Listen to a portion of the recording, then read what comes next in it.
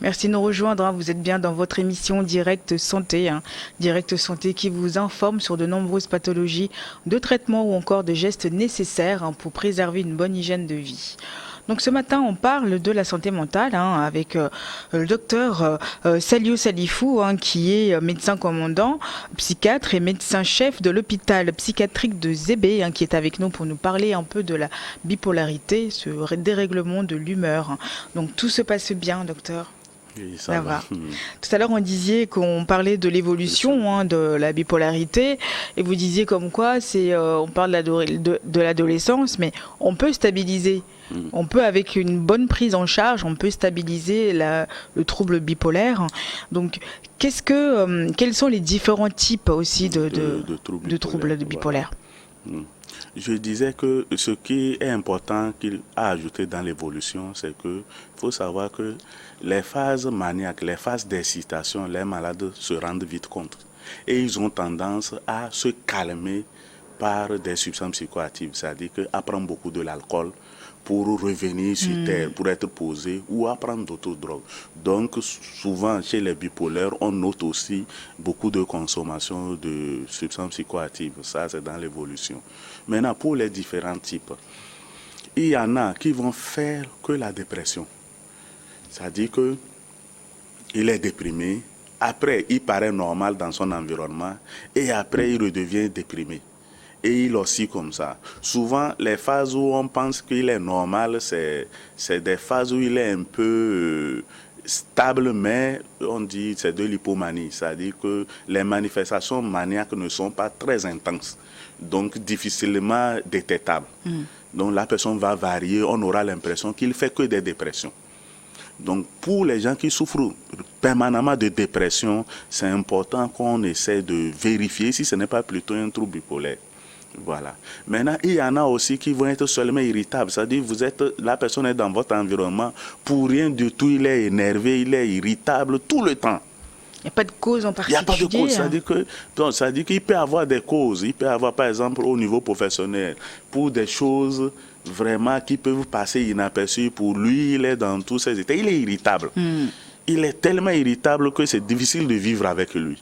Donc souvent, ça peut être un trouble bipolaire qui se manifeste comme ça. Cette personne doit être suivie pour évaluer, voir. Voilà. Et ensuite, il y a des gens qui vont vraiment osciller entre la dépression et la scène maniaque. Ils vont vraiment varier. Et ça, c'est très, très caractéristique. Et il y en a qui vont faire que le pôle maniaque. C'est-à-dire que tantôt, il semble normal, après, il semble très excité. Ça dure un temps et il revient à la phase normale. Et ensuite, il repart dans sa phase maniaque où il est très excité. Donc, c'est quelqu'un que tantôt, on va dire que mais c'est comme il est normal maintenant. Et après, on dit par moment, c'est comme il ne va pas bien. Donc, c'est quelqu'un qui va varier comme ça. Je vais vous raconter, pour quelqu'un, je vais vous raconter une histoire d'une femme bipolaire, si ça vous dit. Ah oui, bien sûr. C'est une femme qui est venue en consultation. Et comment elle est arrivée en consultation? C'est quelqu'un qui est dans une église. Elle est tout le temps là-bas. Elle prie, elle chante, elle danse. Elle est très joyeuse, plus que tous les autres. Et les gens ont parfois l'impression qu'il est béni, elle a le Saint-Esprit et tout ça là. Et elle dort pratiquement là-bas. Mais ce qui a fait que les responsables de l'église ont décidé de l'amener en psychiatrie, c'est que il y a des moments où quand ils font la prêche, pendant qu'il faut se calmer, se concentrer, ou pendant qu'il faut peut-être prier, avoir basse et tout, et l'autre en ce moment, elle chante et danse. Elle crie par moment. Et un jour, il est arrivé que, en chantant et en dansant, qu'elle s'approche d'un homme, elle dit ce qu'ils ont eu à faire la veille. Le fait qu'elle était sur l'église là-bas tout le temps, les gens abusaient d'elle.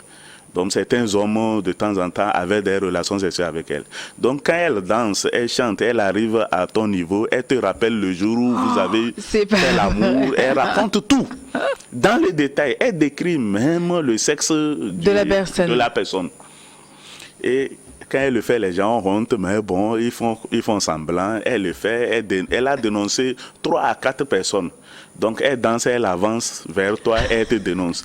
Et voilà qu'à un moment donné, elle avançait vers le pasteur. Le pasteur a dit, ça c'est une maladie, amenez-la à l'hôpital. Elle est habitée. Que ce n'est plus le Saint-Esprit, c'est une maladie. Voilà. Et donc vraiment, quand ils l'ont emmené, vous avez su que c'était... Oui. C'est pour vous dire effectivement que les bipolaires, ils ne gardent pas de secret. Ils ne gardent pas de secret. Ils disent tout haut ce que tout le monde pense bas. Voilà, c'est leur caractéristique même. Et est-ce qu'ils sont dangereux? Est-ce que il faut maîtriser, il faut faire attention ou pas? Bon, ils ne sont pas aussi dangereux, mais dans la phase maniaque, ils peuvent être dangereux, ils peuvent être agressifs, parce qu'ils sont ils peuvent avoir une fureur, ils peuvent être très furieux, très agités, et en ce moment, ça devient dangereux. Sinon, généralement, ils ne sont pas dangereux, à part qu'ils ne gardent pas les secrets. Voilà. Et comment on soigne le trouble bipolaire, docteur? Ok, le trouble bipolaire, c'est une maladie, c'est médicalement. C'est avec des médicaments qu'il faut stabiliser la personne et ensuite apprendre à cette personne à connaître sa maladie, à connaître les différentes phases, à connaître les prodromes, les signes annonciateurs des crises et à anticiper, soit pour voir son psychiatre ou pour réajuster son traitement en fonction de ce qui serait dit. Donc, c'est d'abord le médicament et ensuite la psychoéducation où on forme la personne sur sa maladie. Et quand la psychoéducation est bien faite, la personne se connaît, il y a des choses qu'elle ne consomme pas, il y a des comportements à avoir, ainsi de suite, et puis sa vie redevient normale.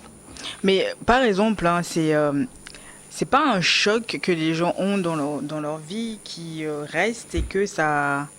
Par exemple, ça peut être un adolescent qui vit une situation difficile, compliquée, et puis il se replie sur eux-mêmes, non?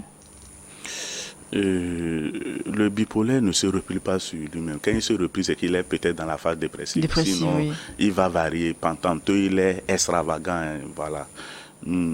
Est-ce que les chocs? Non.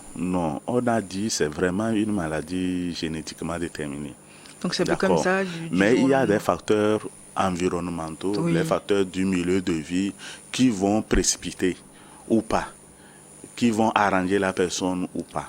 Voilà.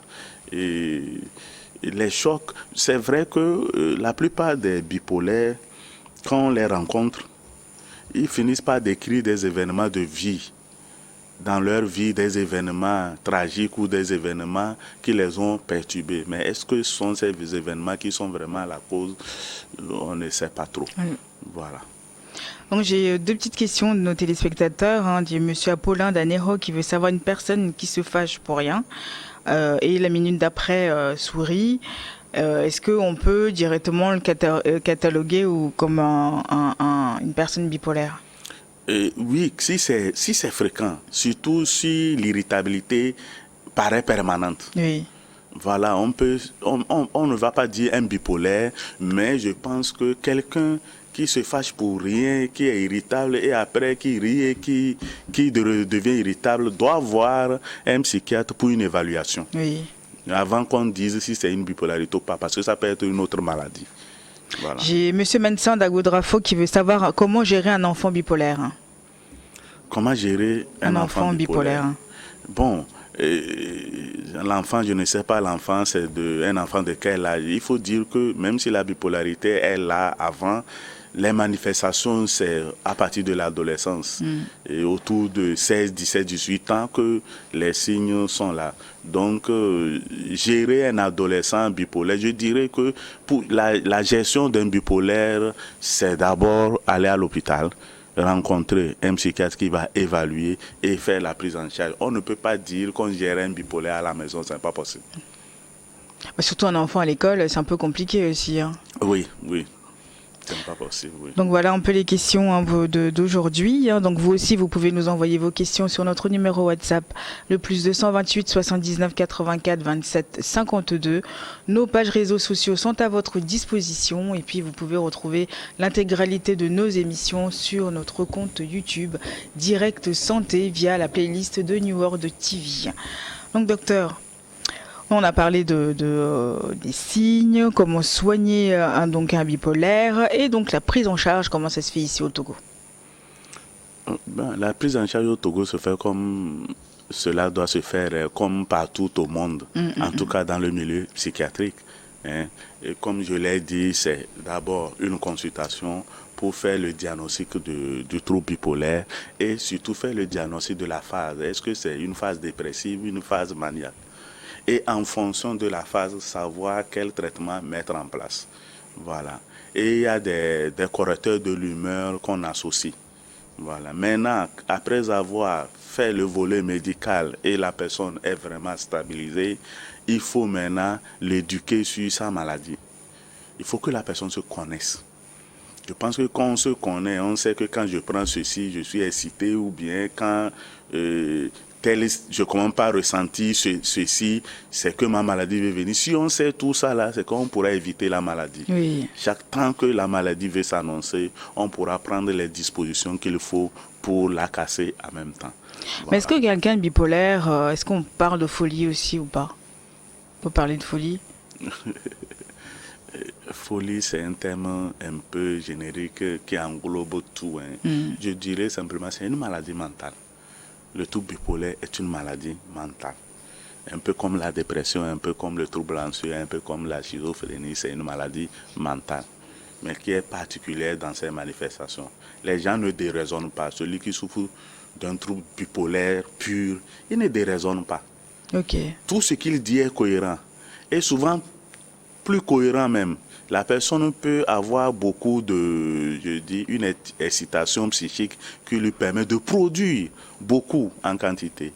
Et ils sont tellement cohérents que, bon, voilà, c'est ce que j'ai dit, ne gardez pas le secret. Ils ne vont pas mentir, mais ils diront les choses telles qu'elles sont, sans ménagement, voilà. Très bien, écoutez, on arrive à la fin de l'émission, mais que peut-on retenir de tout ce qu'on vient de dire? Ce qu'il faut retenir du trouble bipolaire, c'est que c'est un trouble de l'humeur. Généralement, la personne va aller de la dépression à l'excitation, à l'agitation. Quand c'est comme ça, ça devient souvent permanent et dérangeant pour l'environnement. Quel que soit vos signes, si ça ne dérange pas les gens autour de vous, c'est que bon, ça n'est pas encore à un niveau, il faut prendre en charge. Donc ça va déranger l'entourage. Et en ce moment, il faut aller à l'hôpital, rencontrer un psychiatre pour la prise en charge. Voilà. Mais il faut que les gens le fassent, hein, que vous avez des personnes autour de vous qui présentent ces signes. Il ne faut pas hésiter aussi à l'emmener, je ne sais pas si c'est malgré la personne ou quoi, mais l'emmener voir un médecin pour au moins voir déjà c'est quoi comme problème, à quel niveau, à quelle étape est la maladie. Donc il ne faut rien négliger du tout, comme on dit. À chaque fois, dès que vous avez un petit bobo, allez consulter un spécialiste de santé. Hein. Merci beaucoup, docteur, de continuer cette aventure avec nous, parce que c'est très important aussi qu'on sache réellement, qu'on connaisse les pathologies. C'est à vous le merci, parce que vous nous permettez aussi d'expliquer les maladies mentales aux populations afin qu'ils puissent se rendre compte que c'est plutôt une maladie, ce n'est pas de la sorcellerie, ce n'est pas de l'envoûtement, et qu'ils puissent aussi s'orienter vers les centres de prise en charge. Donc, merci à vous aussi. Un grand merci aussi à Aristide et à Richard à la régie. Merci à Bruce, merci à vous tous qui nous suivez tous les jours dans cette émission Direct Santé. On se retrouve demain. Bye bye.